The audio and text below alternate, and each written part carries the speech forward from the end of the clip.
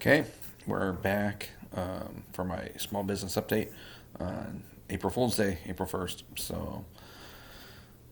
Yeah, so and of course we start the morning off. I had a small group study, which was good. That just ended a few minutes ago, and I'm gonna hit the office here in a few minutes. I thought I'd give you an update where we're at. So this morning when I got up, of course my phone was against some alerts about balances being low. And so I just checked them now.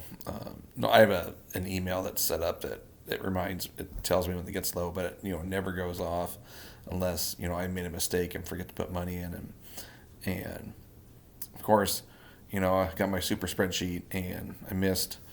I just never pay attention to this stuff as a business owner, and I probably should pay closer attention. But today the payroll tax stuff went out. So last week was sales tax, like, and this week was federal payroll tax stuff. So there was another chunk of money that I forgot about. So that,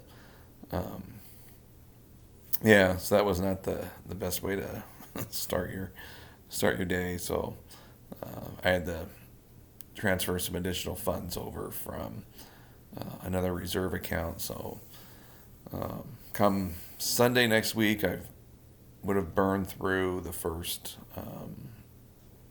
about $50,000 of reserve.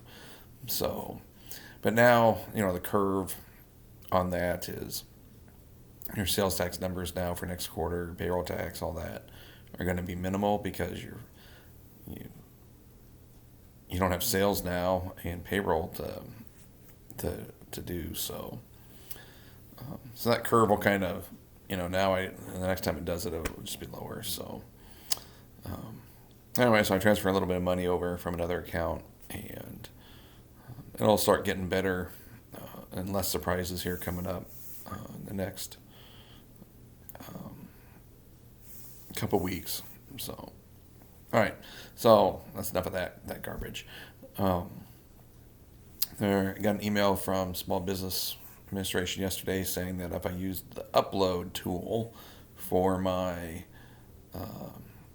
EIDL application, that's what I did Thursday last week, then I was exposed to resubmit, which I did on yesterday, which is good. I'm supposed to resubmit if I needed the $10,000 call it quick cash. So on the EIDL loan, you can take the loan, but they'll actually front you $10,000 up front before the loan is approved. And so I'm going to go ahead and take that because that's what I transferred today from a different fund, transferring $10,000 over to cover expenses. And so if I get that $10,000 quick one, I can replenish that money. So that's the first thing. So if you did the uploader, check my email was actually, in my Gmail was actually categorized it as a promotion.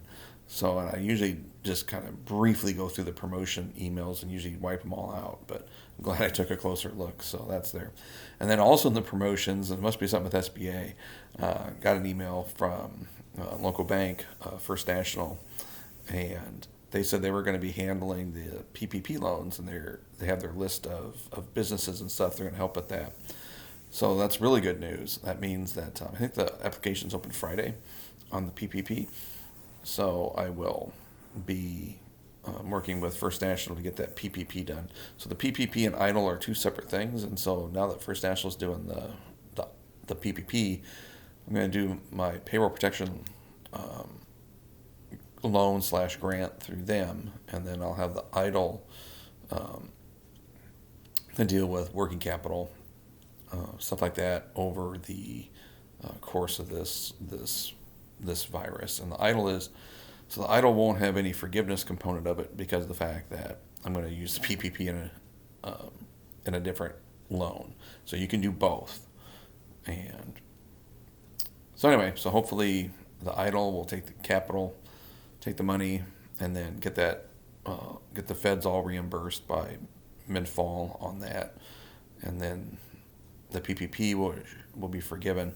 The key with the PPP right now is I believe it goes through June 30th. So if that's the case, when you start taking it, you have 2 months worth of payroll, but you have to be, I think it's either, I have to double check on this, but it's either 75% of payroll or 90% of payroll in order for the loan to get forgiven. So we got to time that right.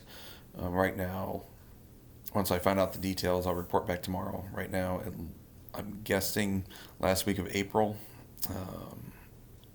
maybe middle of April, we get full staff back up, even though we're still going to be on a close order, I'm sure. But at least we can get them off unemployment, get them back on our payroll, and money can go into the retirement and all that stuff. So that's at least good news. And I don't really have much else to talk about today. Yeah, really not much more. So everyone's probably gonna get bored about the PPP and the EIDL stuff. But if you're doing it yourself and you need to do it, and you've been impacted by the COVID virus, it's a small business. Go to the Small Business Administration and get that EIDL EIDL loan. And then if you're payroll and you have to let people go, and you plan on reopening and you're not closing down for good, go get with your local bank and go find out if they're doing the payroll protection program. So get those two things done so you can keep your employees cared for. And with the EIDL, you can, if you need working capital, then get that working capital started, because the EIDL could take up to 2 or 3 weeks. All right, so we'll catch everyone later. All right.